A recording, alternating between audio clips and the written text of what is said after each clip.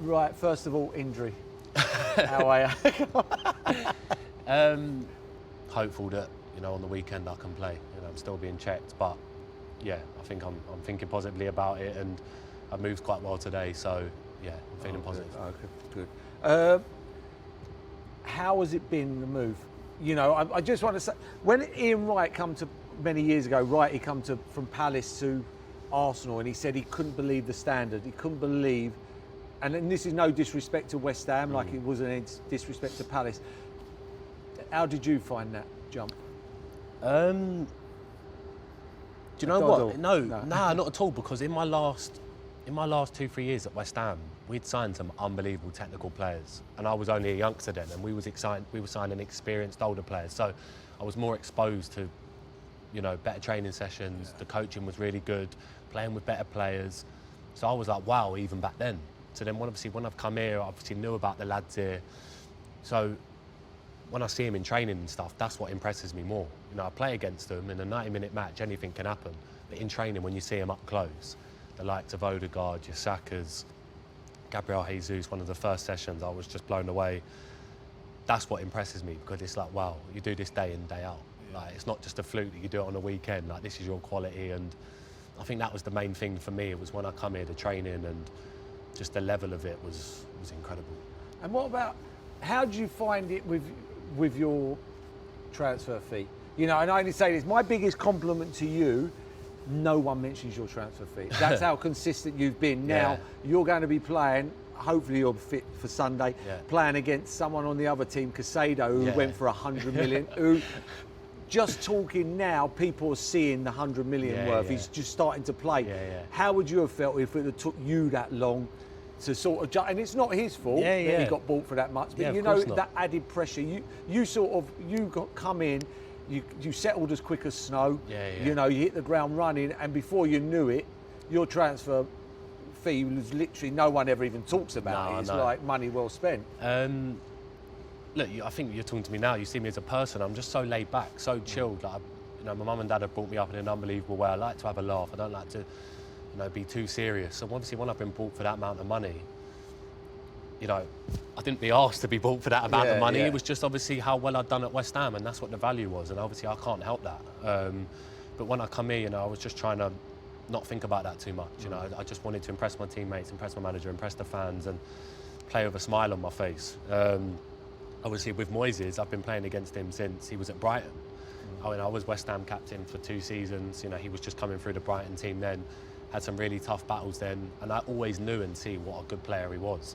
And I think this season now, after last season, people said last year, okay, he wasn't the best, and it took him time to settle, but I think towards the back end of the season, his form was so strong. And this season as well, he's been unbelievable, and he's showing now what he's been doing at Brighton. So I think for sure he's another player who's handled the price tag now really well, because to play for a club like Chelsea is obviously real big pressure. So yeah, fair play to him as well.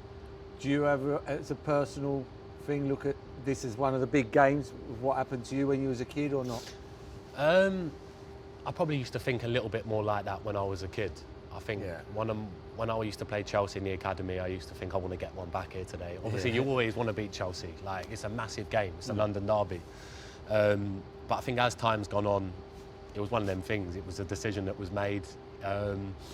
Lucky enough now, I've gone on to have a really good career.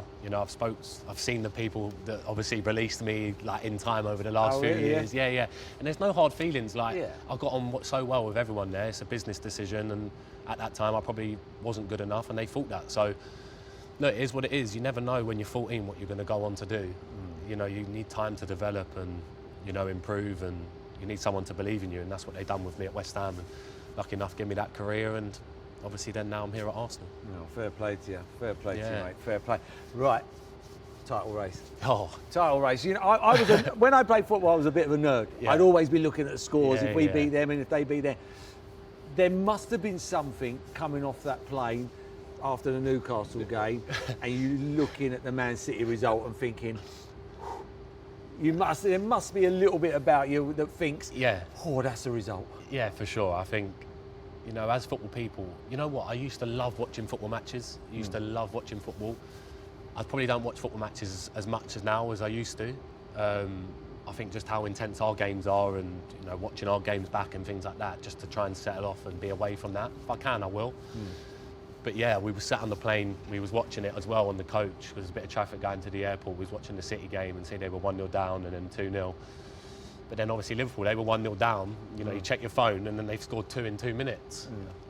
That's the level, That's the level of the Premier League, and anything can happen at any given stage. And that's why you can't rely on others for favours. You have to rely on yourself. And I think these last 3 games for us has been a blip in the road. Obviously, we've dropped points, which is not ideal.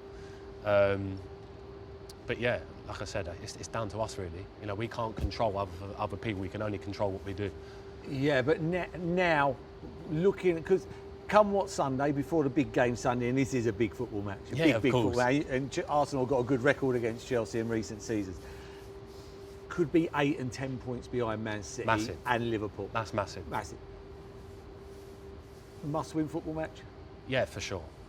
With the quality of the Premier League, the quality of them 2 other teams, of the likes of Villa as well and Chelsea, who are also winning games week in, week out, you can't afford now to be 10 points behind. I mean, if it was 10 years ago or something, it's a lot of games there. Yeah, but because of the numbers that these teams put up, especially Man City, it is a must-win football match. Yeah. Statistically, I think you're spot on. I think over the last few years, the numbers they put up, the points they put up to win the title, I think if you go 10 points behind now, listen, you don't stop believing ever. We wouldn't be footballers if we didn't stop believing and thinking that we could, still not win it. We believe as a group of players. I think there's been a bit of upset, obviously, with the fans and obviously the result recently, the results with how things have been going. I tell you now, if you invited 100 fans, 200 fans into the training ground and see how we've been training or how the manager's been working or how we've been as players, they'd think nothing's going on. There's nothing that's going on behind the scenes which has rocked us or anything like that. It's just now we're coming up against really good teams week in, week out, and maybe we've not been at our best for a couple of games, and that's something we need to look at. So, for sure, I think now Sunday is a really big one for momentum and where our season takes us in that direction. The thing is, the team, Arsenal, have earned that respect of teams coming and sitting 10 behind the ball now. And they want to counter-attack, and that's what happens when you're a successful football team. I think the missing thing recently has been the Odegaard situation. He can find that.